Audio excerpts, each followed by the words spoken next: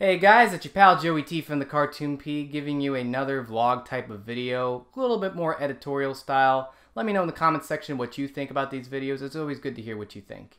And the one thing I've wanted to talk about for a while, and something I've been planning on doing for years, was talking about the movie Scott Pilgrim vs. the World.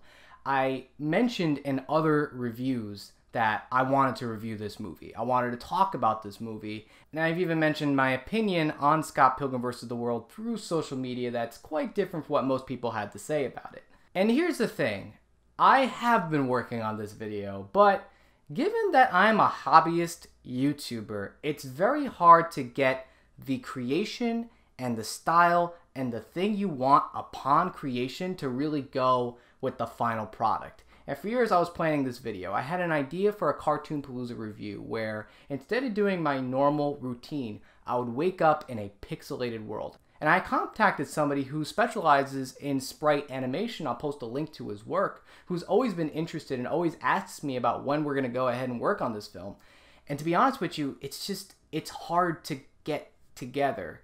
I had this idea and I had this concept of doing something big. I think I can appreciate that I just want to make this video for the sake of this video because I just want to talk about the movie Scott Pilgrim vs. the World and why, in my opinion, I don't think it holds up as many people think it does. So I gotta clarify something. When Scott Pilgrim vs. the World came out, there were a lot of people that had big expectations for it. People read the comic books, people were excited that we were getting a comic book adaptation that was different than most comic book adaptations coming out in theaters. Like, at the time, the big thing, dark and gritty. Your movies had to be like The Dark Knight. So it was a breath of fresh air for a lot of people to see a bright, colorful comic book movie. So when I was gonna go see the movie, I didn't see it in theaters, which a lot of people blamed to the marketing, and they said this movie failed because of bad marketing, which only made the hype from people who are very passionate about this movie stand out even more. And I kept hearing their opinions. You gotta go see Scott Pilgrim vs. the World. It's gonna change your mind. It's gonna be the great big comic book movie to change all comic book movies.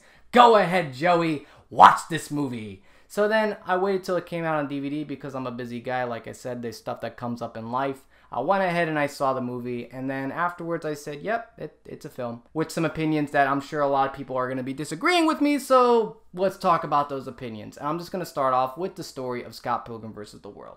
So in this film, you start off with a 20-something-year-old slacker played by Michael Cera. He's a big geek, and he's dating somebody, and it's revealed that he's kind of a ladies' man, and he's kind of a dirtbag to a certain degree. Kind of doing the same thing with the relationships he's got until he meets Ramona Flowers, the girl of his dreams, who in some ways is kind of his equal match. It's revealed, and this is the big reveal for a lot of people, she's got evil exes that Scott's got to go defeat like a video game. Because the characters are like video game characters, you could just kill them and then get coins like you're in Sonic the Hedgehog. And then for the start of that story, the thing that bothered me the most about it is that Scott Pilgrim as a character is not that interesting. I don't like that we have a slacker character that is supposed to be redeemable by the end of the film. He's going to be going on an arc to discover more about himself. But by the end of the film, I don't think he really grew. And that's no more apparent than with the scene where he hides his hair and he's more self-conscious about his hair. It's like, well, why is that even needed? Because that shows that you really haven't changed. It's a little thing, it's a little quirk that adds to the character, but to me, it's almost like Edgar Wright was planning to make a sequel, or he was planning to make an addition, maybe to show more growth. But at the end of the day, I think it's because of the actor. Michael Cera plays the dorkiness side of it, but he's not playing the jerkiness side of it. And when he is, it's not believable. I would have probably preferred Jesse Eisenberg to play this role, but that's just me. And the thing that a lot of people like about Scott Pilgrim vs. the World is that it focuses on 20-something-year-olds who are kind of in limbo and don't have any motivation. But for me, there have been other films that utilize this better than Scott Pilgrim vs. the World. Take, for example, The Regular Show. We literally got 7 or 8 seasons of seeing these characters start off as these party-on, rock-on dudes, going on to the very end where they actually go through an arc and they're actually motivated by the end. To me, I would have appreciated that if that was incorporated more into Scott Pilgrim vs. the World. We actually got to see that growth. To me, that's more believable, and that's a cartoon that premiered on Cartoon Network than this film. Now, what a lot of people had to say is that this is the thing that worked in the comics. We actually do see Scott grow up. But in some ways, you can't justify that for the movie because one's a book and one's a movie, and it's not fair for a moviegoer to have to do homework before seeing a movie. That's what I think makes a good film, something that stands on its own without having to do that work. You're gonna go enjoy a movie.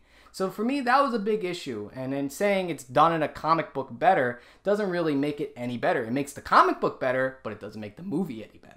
And I know what most people say, Joey, at least you appreciate the visuals. It looks very good, especially considering that at the time this movie came out, nerdy humor is starting to become more popular. And sort of appreciating 80s and 90s retro culture in today is something big now than it was back when the movie started. And I guess you could say I appreciate that. I really do appreciate that. For with characters and a story of what it had here, saying that that's gonna justify it didn't really do it for me. Now, don't get me wrong, everything Edgar Wright has done has been really good. From a production standpoint, Edgar Wright is a great filmmaker. But you're always gonna get quality filmmaking from Edgar Wright. For me, Shaun of the Dead is his best film. I'm gonna even go as far as to say, as far as production design goes, I actually think Baby Driver is a more consistent film than Scott Pilgrim vs. the World. I mean, granted, you could say there are a few things that are weird about that film, but for me, from a story standpoint, I feel like it stands on its feet better than Scott Pilgrim did. And really, that's what it all comes down to. Granted, the film looks good, and I appreciate it more than I actually like it. And that's just the reality is. And the thing is when I talk to more people about it, yeah, they kind of agree with me over the years, and they go, yeah, Scott Pilgrim started something, but things like the story and the character didn't really justify it. And you know what? It feels good getting that off my chest, because I know for a fact there are other people out there that felt the same way as I did. Are you one of those people? Comment below and let me know what you think. Like, down like, whatever, I guess call hate if you're down liking something. Share the video, do all that fun stuff. I'm Joey T, and thanks for watching this video.